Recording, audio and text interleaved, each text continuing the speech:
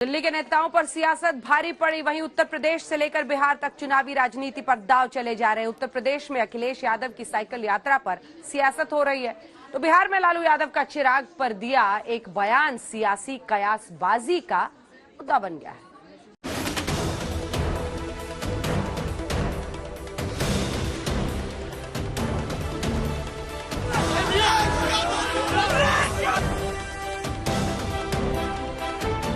तैयारी इधर भी है, तैयारी उधर भी है। बीजेपी में मंथन और चिंतन का दौर जारी है, तो समाजवादी पार्टी ने अब साइकिल यात्रा का बड़ा ऐलान किया है। 5 अगस्त को अखिलेश यादव चुनावी बिगुल फूंकेंगे। साइकिल पर सवार होकर समाजवादी पूरे प्रदेश में योगी और मोदी सरकार के खिलाफ हल्ला बोलेंगे। तैयारी जबरदस्त है, लिहाजा साइकिल यात्रा पर जबानी जंग शुरू हो गई है। समाजवादी पार्टी के माननीय राष्ट्रीय अध्यक्ष जी ने फैसला लिया कि पूरे प्रदेश में तहसीलवार, ब्लॉकवार समाजवादी पार्टी के नेता, कार्यकर्ता साइकिल यात्रा के माध्यम से जो सपा सरकार की उपलब्धियां रही हैं और जो 4.5 साल में बीजेपी सरकार की नाकामी रही, एक भी कोई काम अब तक सरकार अपना नहीं गिना पाई, ना कुछ कर पाई है।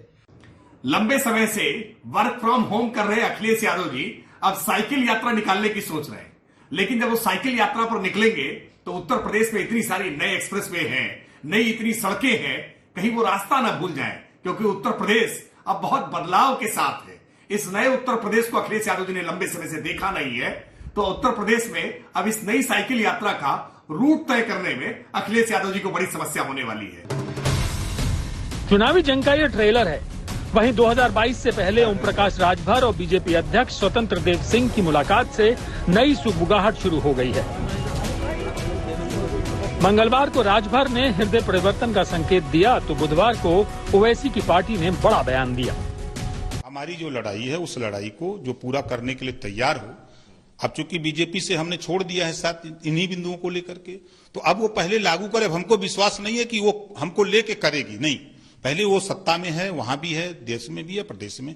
इन चीजों को लागू कर दे, उसके बाद उस पर विचार किया जा सकता है। यानी कि आपके जो डिमांड से अगर मान ले तो आप एनडीए में आ सकते हैं। पहले मान तो ले, करे, घोषणा करे उसको। क्या विचारधारा है? अगर इस तरीके की वो बात कर रहे हैं कि राजनीति में कुछ भी हो सकता है, तो मुझे नहीं लगता है कि ये बात उनकी दुरुस्त है।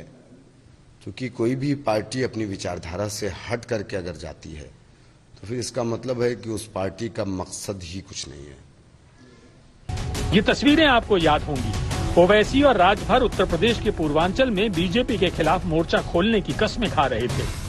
2022 में बीजेपी को उखाड़ फेंकने के दावे कर रहे थे, लेकिन चुनाव से पहले राजभर ही बदले नजर आ रहे हैं। बीजेपी भी दावा कर रही है कि सियासत में कोई स्थायी दुश्मन नहीं होता। सिर्फ यूपी में सियासी सेटिंग का खेल नहीं चल रहा है। बिहार में चिराग पासवान पर लालू यादव के बयान के सियासी मायने तलाशे जा रहे हैं। लालू खुल्लम खुल्ला कह रहे हैं कि चिराग और तेजस्वी हाथ मिलाएं, तो वहीं चिराग भी लालू को अपना संरक्षक बता रहे हैं। चिराग पासवान ही लीडर बन गया, चाहे जो भी हेर फेर हुआ, चिराग पासवान ही लीडर है। सारे लोग वहाँ बिहार में सब गुलबंद हो गए। चिराग, आप चाहेंगे कि तेजस्वी और चिराग एक साथ? हाँ, हम चाहते हैं। अगर मेरे अभिभावक अगर मुझे नेता मानते हैं तो मेरे लिए इससे बड़े गर्व की और क्या बात हो सकती है। मेरे पिताजी, मेरे नेता आदरणीय रामविलास पासवान जी के सहयोगी रहे हैं, साथी रहे हैं। दोनों की मित्रता अच्छी रही है एक लंबे समय तक। लालू जी ने, मेरे नेता आदरणीय रामविलास पासवान जी ने, दोनों ने साथ मिलकर काम किया है। और अगर उनकी तरफ से अगर मुझे ऐसा प्रोत्साहित करने वाला अगर बयान आता है जिसमें वो मुझे नेता कहते हैं, तो उसके लिए मैं उनका दिल से, हृदय से मैं उनका धन्यवाद करता हूं।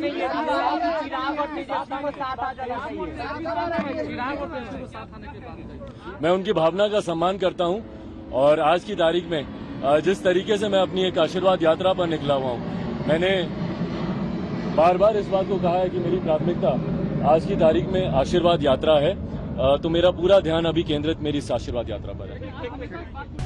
क्या कोई सियासी खिचड़ी पक रही है? क्या आरजेडी की तरफ से मिले ऑफर को चिराग पासवान स्वीकार करेंगे? वैसे लालू से पहले तेजस्वी भी चिराग को साथ आने का न्योता दे चुके हैं, लेकिन चिराग अभी अपने पत्ते खोलने को तैयार नहीं है। लखनऊ से समर श्रीवास्तव के साथ ब्यूरो रिपोर्ट, आज तक।